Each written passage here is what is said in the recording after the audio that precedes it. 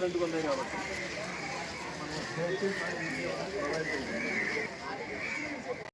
రాస్తాం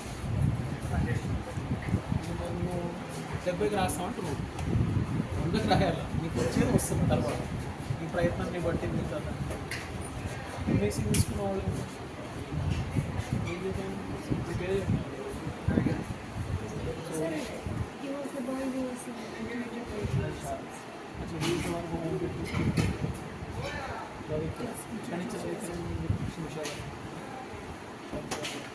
మున్సిపాలిటీన పక్కన ఊరు పక్కన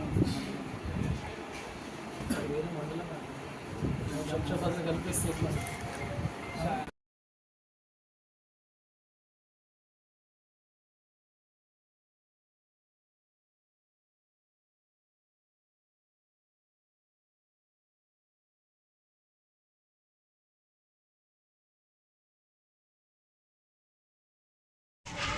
తెలంగాణ రాష్ట్ర ప్రభుత్వ ఆదేశాల మేరకు క్షేత్రస్థాయి పర్యటనలలో భాగంగా సంక్షేమ హాస్టల్లో వసతుల కల్పన మరియు విద్యార్థులతో ముఖాముఖి అన్న ఉద్దేశంతో నిన్న రాత్రి ఇబ్రహీంపట్నం సోషల్ వెల్ఫేర్ గురుకులంలో బస చేయడం జరిగింది.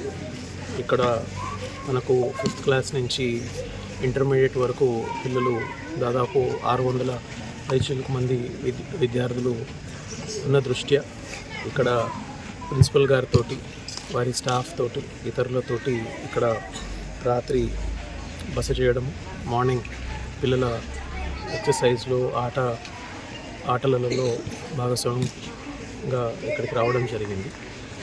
ఇక్కడ విద్యార్థులతోటి ముచ్చటించడంతో పాటు ఇక్కడ కావాల్సిన వసతులు ఏ రకమైన చర్యలు తీసుకోవడం ద్వారా మరింతగా రాష్ట్ర ప్రభుత్వం వైపు నుంచి సంక్షేమ హాస్టల్లో వసతి కల్పించడం మీద దృష్టి పెట్టడం జరుగుతుంది.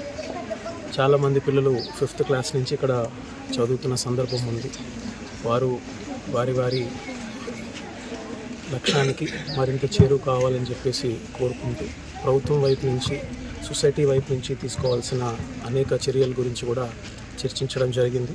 వారికి అందుతున్న భోజనం కానివ్వండి, వారికి అందుతున్న విద్య కానివ్వండి, ఇతర వసతుల కల్పన విషయంలో మాట్లాడడం జరిగింది. కాబట్టి ఇదే నివేదికలను ప్రభుత్వానికి నివేదిస్తూ ఇక్కడ అనుకున్న విధంగా వారికి వసతులు కలిగే విధంగా కూడా చర్యలు తీసుకోవడం జరుగుతుంది. Thank you.